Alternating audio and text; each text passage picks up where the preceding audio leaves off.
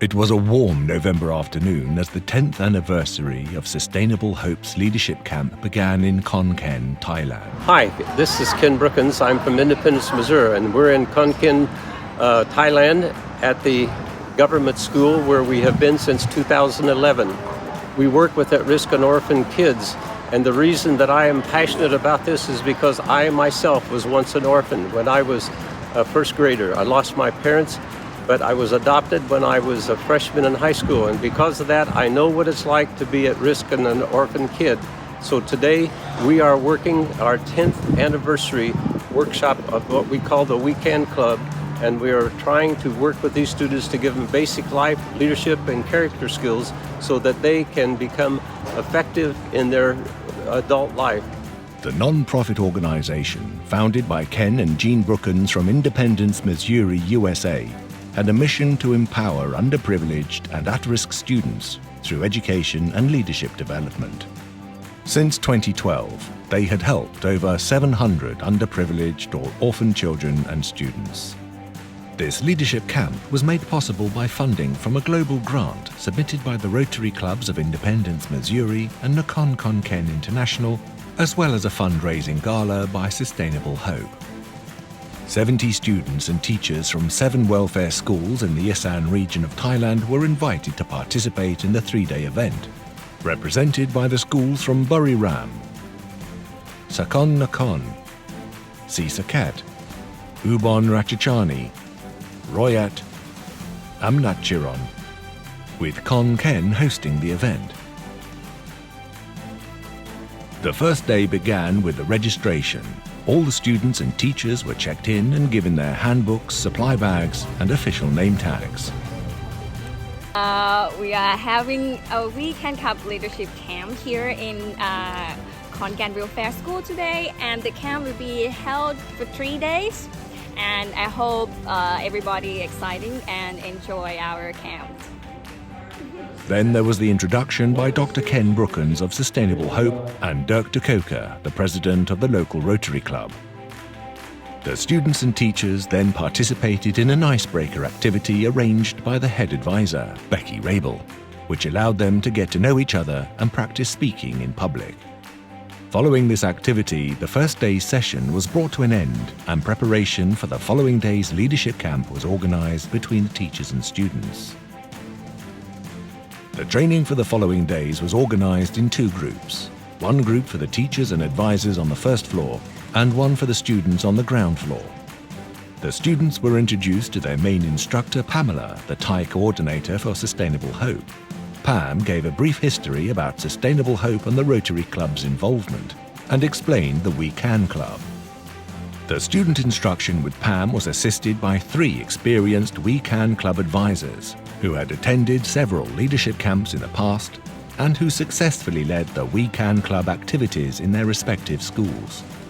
Dave from Amnatchiron, Mod from Buriram, and Kay from Ubon Ratchathani helped make the training more effective, diverse, and engaging.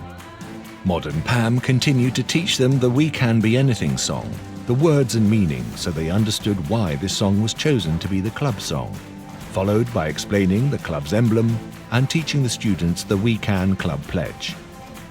This first session ended by elaborating on the club's name and club's rules. Each school then had to decide and design 1 banner and 1 poster.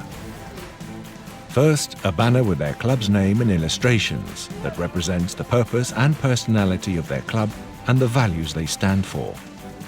Secondly, 1 poster listing their club rules, creating a pathway to accomplish the purpose of their club. Following the instruction, the students were then left to come up with their club name and rules and work on the design of their club banner and rules poster. The next session addressed who does what in the We Can Club. Dave explained the role of the advisor and the different leadership roles within the club. There are 9 leaders in each club who are the senior leader, team leader, secretary, co-leader, refreshment leader, activity leader, facility leader, greeter, song leader. The students, after being briefed on the different leadership positions by Dave, split into 7 groups to assign roles for their club. They utilized the time before lunch to work on their club's banner and rules poster. The first afternoon session of the leadership camp saw Kaen and Dave explaining the intricacies of conducting a We Can Club meeting and outlining the duties of the 9 leadership roles. The students put this knowledge into practice on Sunday morning during their first We Can Club meeting. Pam discussed the club's organisation and the service projects the We Can Club should undertake during each semester.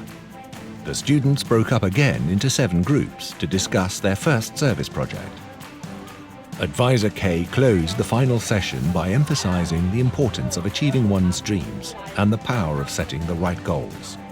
Meanwhile, upstairs, the teachers also participated in a similar program to become certified advisors.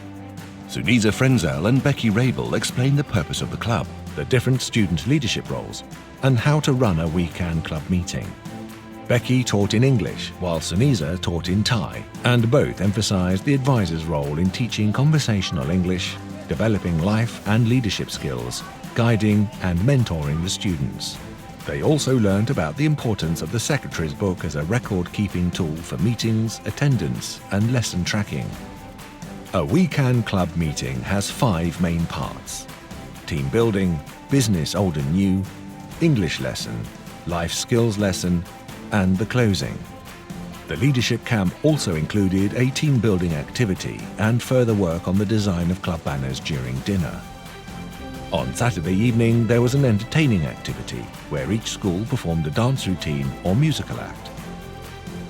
On Sunday after breakfast, the students and advisors reviewed and rehearsed details before having their first We Can Club meeting.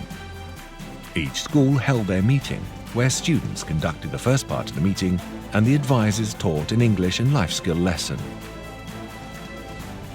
The closing activity of the leadership camp featured presentations of their club banners and club rules and the advisors' vision for their club. Each school presented their banners and posters to the rest of the group, with a brief explanation of the designs and content, followed by the presentation of certificates.